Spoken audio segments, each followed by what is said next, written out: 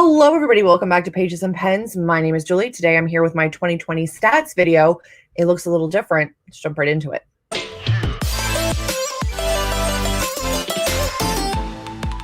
So this is a much different view of my shelves and my bedroom than you're used to, but that is because I am live on StreamYard in a private video that I want to do. I'm going to do a lot of reaction videos this way, and then anything where I want to like share my screen or share something in a more cohesive way without having to re-record like a screen and then import it. This is all in one. So I can do it this way. I can do a live that's not public, and then I can download it, import it into iMovie, and then fiddle around a little bit. It's going to be a little bit of a trial and error process, but I think I'm getting there. I think we're going to get there together. So we're going to be okay. We are here to go over my 2020 stats, all of the things that I read in 2020. And because I have graphs and different spreadsheets on my computer, I figured this would be the best way to do it. I am going to share with me very tiny over to the side and the stats a little bit larger, just so that we can go over that. But I will tell you general stats. Let's jump right into the screen share because I have a feeling that this is just going to be a little bit confusing. I will also say, because of being a writer and an author, I beta read some books. I counted them in my page count, but not on my spreadsheet because I can't count them on Goodreads. So there is a discrepancy between the books that I read each month versus my spreadsheet of details, and then also what Goodreads will report.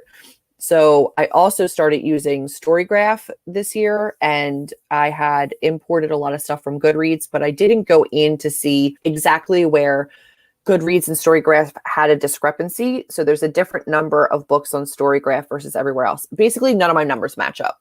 I tried, I looked, I did what I could.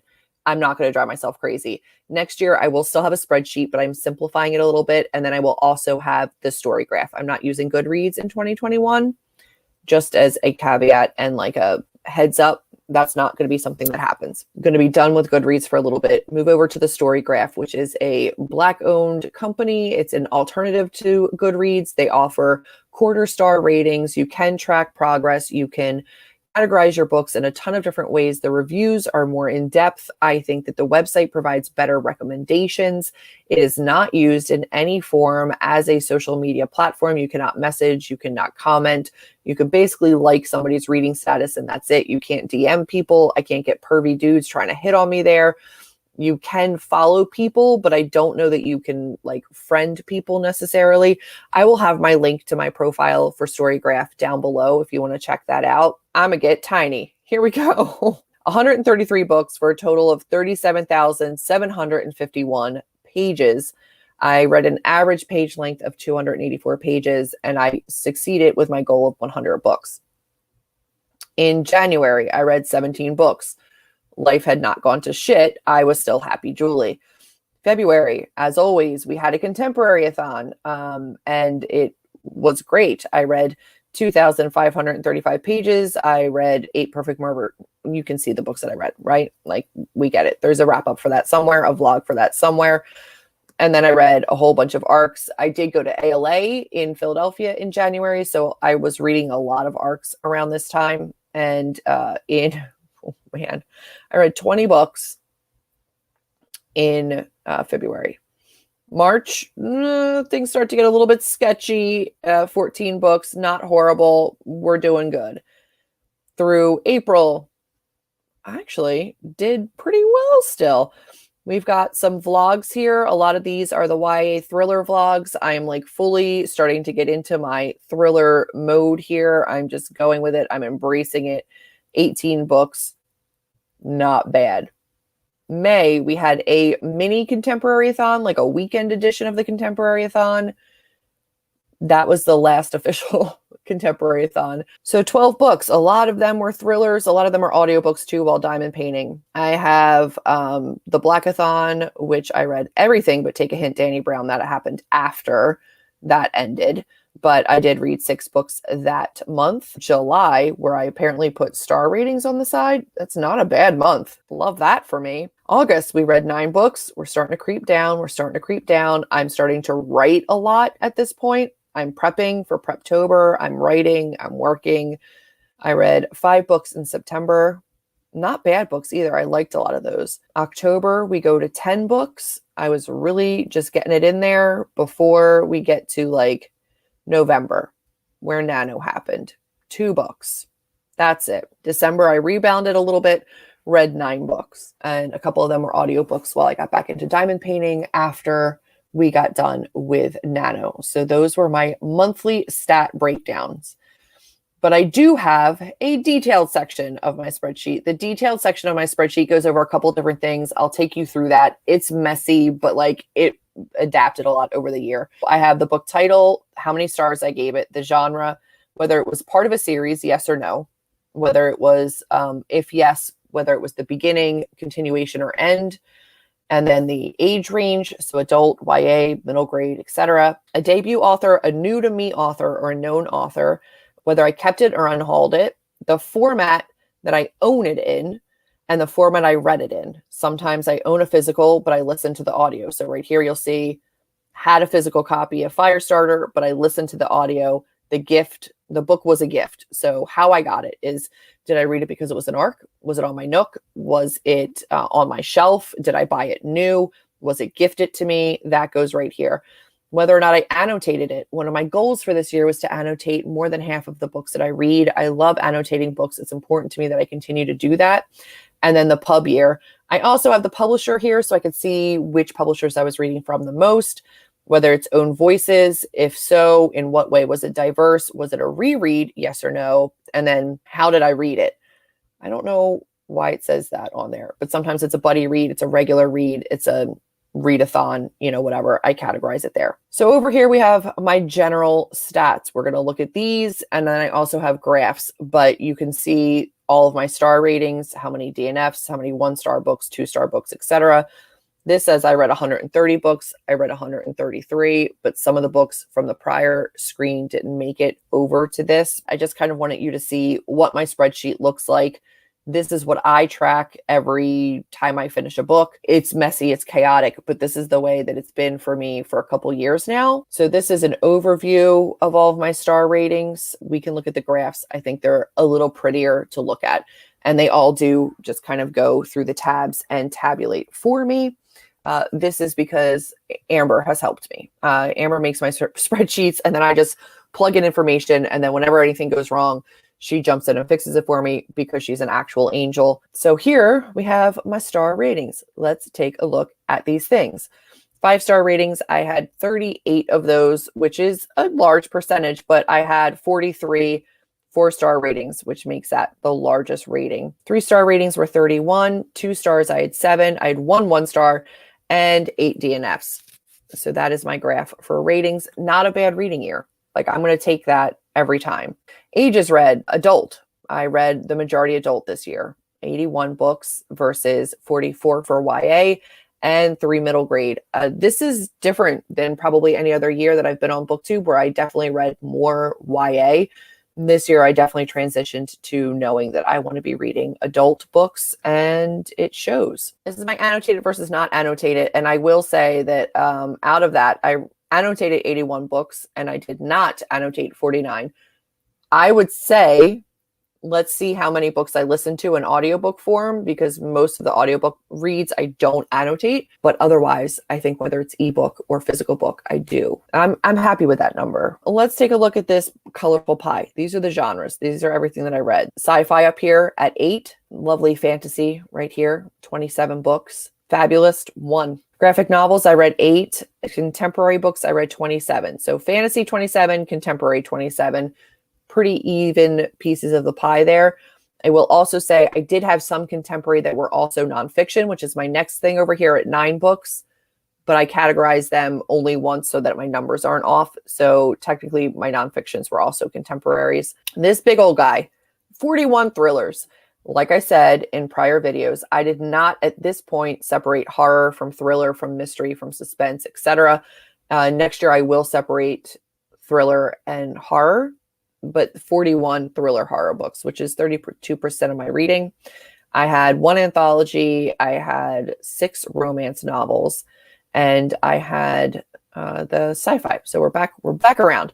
But you're going to see, I mean, that's a significant amount of thrillers for me to read. I'm not sorry. We have diversity. So these were things that I could label that are my main categories of what I make sure I try to read in. And that is diversity by sexuality, disability, chronic illness, and mental illness. Mental illness, 18 books that talked about mental health and mental illnesses as a focus. If it's not a main plot point, if it isn't something that's actually discussed deeply, then I don't normally categorize it. I had one for chronic illness. That's got to get better. And then for disability, I had 2. And then for sexuality, I read 36 diverse books by sexuality. My pub year pre-2018. So before 2018, I read 39 books that were published before 2018. In 2019, so technically all these would be backlist or not new releases, 29. 2018 here is 13 books. And then I read a couple early books, 2 that were still to come out in 2021. And then I read 47. So the majority, the largest percentage rather, is still going to be from 2020. So they were new books. But if you add up all of the prior years, it's obviously going to be more than my 47 here. But I'm not mad at 47 books from 2020. And with the way that ARCs came out this year, because of the pandemic, there weren't as many physical ARCs. And I'm not fantastic at reading e-ARCs, which I've learned. And my NetGalley rating has started to show. Kept versus Unhauled. This one is pretty impressive to me. I kept 68 of the books that I read, and I unhauled 42. That's a large chunk just from this year of books that I read versus kept and then unhauled. You guys saw massive unhauls for me recently. All right, so let's see where I'm reading things from. This tells me that my Nook or e-reader, 7 books. I did get a Kindle this year, so also some of them were on there, but that's just basically ebooks. It should say ebooks. I read 7 of them, 17 books that were gifted to me, purchased new, 30 of the books that I read this year, which is not to say that's all the books I bought this year. I will go into that in a minute, but I read 30 of the books that I purchased new off of my shelves, which means just reading stuff that I went like, oh, I have this thing there. Let me take it. 17 of them. And then the library, I read 11 books. Our libraries have not really opened here for me to go into the libraries and get library books. So those are all audio books. And then book boxes, I read 8 books from book boxes. And then I read 39 ARCs, which is the largest piece of the pie. And I am glad that I read through some ARCs this year. I really am. Book format, read the majority of my books in physical format. I read 100 of the books in physical format, 17 in audio, and 13 in ebooks. Like I said, numbers, what are numbers? I don't know anymore, guys. I'm sorry. 4 graphic novels from Boom, 9 tour books, 6 from Flatiron Macmillan, 1 Sky Pony, 3 Avon Harper, 4 Catherine Teagan, Harper in General, 9, Simon & Schuster, 4, Little Brown, 5, 1 Hachette, 3 source books. Blackstone is a lot of the thrillers, 4 of them. McElderly, Self Pub 2, both for them. Atria books, which is all Bachman books, 7 of them. William Morrow, 3. Grey Wolf, 2. Over here we had our series Beginners. So I read 28 books that were in series, and 18 of them were starts, 5 were continuations, and 4 were ends. I could have done better with that. For how I read, 27 books were buddy reads. 20 books got read during a thon. 88 regular reads and 1 reread. Oh, and I have a diverse by religion.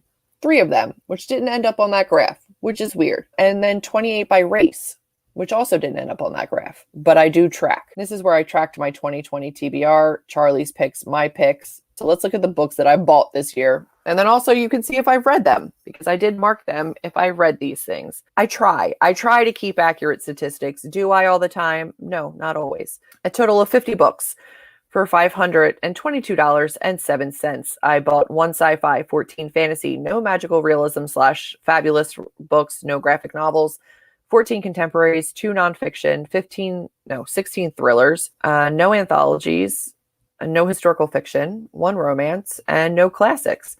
I have purchased 12 YA, no new adult, 33 adult, no middle grade. I purchased 6 hardback, 8 paperback, 17 ebooks, no audiobooks because I don't buy audiobooks. I read 19 of them. I did not read 41 of them. I don't think this number is right because I read that. I read this. I read this. This is not That number's not correct. We're not going to count that one. So not only did I buy it this year, but I immediately got rid of it. So this was 1329 that I got rid of. This one was 509 that I got rid of. And this one was 624 that I got rid of. We're going to call BS on only having read 9 of them. That's not true, but that's okay. I pre-ordered 5 books, immediately purchased 1, and had backlist purchases of 29. I also have this tab called Books Received. And when we get into this, I want you to remember that I am fully aware of how lucky I am and how fortunate I am to be able to get books from publishers. The majority of these books were from ALA. And then I was sent books by publishers or provided free ARCs from publishers, which still have a value. So they do get counted. And this is when I have not read them and or unhauled them. This is when I have read them. Basically, I track the title, the author, the genre, age group, the format. So whether they provided a physical ARC, e-ARC, audio ARC, etc., the publisher, received from either the publisher, ALA event, or book box, or sometimes the author. Date received, pub date, date read, which means I can tell if I read it prior to like what kind of girl I read 72 days prior to the release. But overall this year, I was gifted by publishers, book boxes, etc., 124 books for a total of $2,345.32. It's a lot of money. That is a lot of books that I was provided at no cost to myself, but at a cost to a publisher, and that I was able to have in my collection, read and or pass on to other people. And I don't take that for granted, but this is like a full transparency of life as a booktuber. This is what I will also say is probably a slower year because a lot of publishing shut down for providing ARCs, and I did not request a lot of digital ARCs because I was not reading digitally. So without the availability of physical ARCs to read, I didn't request as many. So yeah, these were all books that were sent to me. I did not actually email and request any ARCs this year. I had ALA. In a normal year, I probably would have gone to other author events or other book events, and I would have come away with more books again. In fact, 80 of these books came from ALA because that's the only event that I went to. 9 of them came from book boxes, nothing from the libraries or anything. 29 were sent directly from publishers, and 3 were gifted. That's usually by an author. Nothing from BEA BookCon, nothing from signings, nothing from Nova Teen, which are events that I went to in the past and came home with books for. 67 YA books that were sent to me by publishers or I picked up at ALA, which is one of the reasons I wasn't reading as many of these. 51 of them were adult, 5 middle grade, 1 new adult. We had 5 sci-fi, 19 fantasy, 3 fabulous, 4 graphic novels, 59 contemporary, 2 nonfiction, 28 thrillers, no anthologies, 1 historical fiction, 4 romance, no classics, 1 paranormal. I read 26 of them before their pub date, 9 of them after their pub date, and 67 of them I didn't read, didn't get to. I got 10 of them in ebooks. Those were my ones that I got from NetGalley, and then 14 physical. I'm not sure how to account for the rest of those books. Did I only get 124? Yeah. Okay. So that does account for all of them. Now I'm going to take you over to StoryGraph. These are my stats for 2021 or 2020. This is what StoryGraph looks like. If you don't know, it's fantastic. I love it. If you want to know more about StoryGraph and get a full rundown of the website, you can check out Shoshana's video. I'll link it down below. Some features have been added. You can now track your progress in reading. Like there's other features that are available. But it says I hit my goal of reading 100 books by reading 118 books. Again, not accurate. Not all of the books must have transferred over. Some of them might have been indie pubbed or smaller books or novellas or eroticas that might not be on here yet. What I love about this is that you can actually see the moods that you're reading. One of the things for mood readers is being able to search for books based on the mood that you're in. I'm able to do that on StoryGraph. Actually, if you click on any one of these, you can see exactly which books were mysterious. You can click on that and go right to all 66 of the books that I read that were mysterious in mood. My other dark is another one that was big. That was 64 books that were dark, 40 that were tense. We had adventurous, 28, emotional, 27, reflective, 17, lighthearted, 16, funny, 12 of them, challenging at 12. We have informative at 6 and sad at 3 and hopeful at 3. Oh man. There's not a lot of hope in my books, but I love the way that they have this kind of categorized and I can jump around. I can see these. If I click on them, I can see exactly where those statistics are. And like I said, if I click on that, I can see exactly which books fall into those categories. Pacing right now, I can tell you that I read 28 slow books, 44 medium paced, and 46 fast paced books. This also does pull from not just my information, but what the average user on this site categorizes and classifies these books as. When I looked at some of these fast paced books or slow paced books, I don't necessarily agree with the pacing that is portrayed. I think it's probably something different. But when you review the book, you can say what you think the pacing was and what the mood was. And then I believe it will pull your stats versus like community stats, I'm assuming. But I didn't go back and do that for all my books. Page numbers, I read 5 tomes. I read 36 that were less than 300 pages. And then between 300 and 500, I read 77 books. I read 9 nonfiction and 107 that were fiction.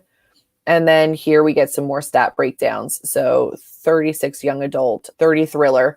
And then this is where they break it up. So 30 thriller, 27 mystery, horror, I read 24, and then LGBTQ 11, romance, short stories, comics, race, crime, which would probably be some of my thrillers, politics, which might also be thrillers or could be some of the nonfiction on race, memoir, speculative fiction, dystopian, erotica. Number of books and number of pages per month. You can see that I plummeted here in June and I plummeted again over here in November. Star ratings, my average rating was a 3.84. Because they do offer quarter and half star ratings, this might look different. I will most likely be doing half star ratings in 2021, but only for 3.5 and 4.5 stars. I do feel like there is a difference in a 3 and a 4 and a 4 and a 5 that is great enough that I can put a half star in between. I don't think below a 3 it really matters, and I don't think that I need to be using that, and I wouldn't be using quarter stars. I don't think a 3.75 is that different than a 3.5 to a 4, so I will probably be using half star ratings. I will also, like I said, just be using StoryGraph. I'm excited to explore that more as I read in 2021. But those were my overall stats for 2020. It was a lot. I think my shortest book was a novella by Shauna McGuire about the Flatiron Building, which I read right as they were moving out of the Flatiron Building, which was like sad. And I just wanted to read that. Anyway, The Wind Blows. That was my shortest at 20 pages. And then my longest book was, fuck it, let's go to Goodreads for 1 second and I'll look at my wrap up. Here is my year in books 2020. And here's why I don't love Goodreads. I don't want ads. I don't want to continue to support Amazon as much as humanly possible. So StoryGraph for me. Again, I stopped updating this, so it says 129 books. My shortest book was Anyway, The Wind Blows. Longest book was A Little Life. Average page length was 308. My most popular book was The Immortal Life of Henrietta Lacks, which was an amazing book, and that is shelved by 1,158,295 people. I hope you read it. Least popular was The Roommate, which was an erotica. This has my ratings at 3.9. And the highest rated on Goodreads is 4.54 at Stamped. And then my first review of the year was The Worst Best Man, which was a DNF. And then it just goes into all my books. I don't think it's showing us anything particularly mind-blowing or groundbreaking, but you get the shortest and the longest books and then the most popular. So that is that information. But that's everything for 2020 in this blown out. This is natural light, guys. I got to sit back here, huh? But that was my 2020 reading. I read 133 books, which is not horrible considering the year that we all had. And that is my stats. Again, I'm going to probably be using this setup. Let me know in a comment down below. Hopefully it works for you guys, but I'll probably be using this setup for any time I have to screen share or react to something. I hope you guys have enjoyed this video. Hopefully you appreciate stats videos. I personally really enjoy them. You know my standouts, you know my disappointments. Yeah, it was a special reading year. It's over. I'm looking forward to 2021 in a very big way. I'm starting off the year strong with a buddy read for House of Leaves and a buddy read for The House in the Cerulean Sea, both of which I anticipate being 5-star reads. Excited to start the year strong. Let's go 2021 reading. Stoked to explore the StoryGraph more. I hope to see you over there. Again, links down below.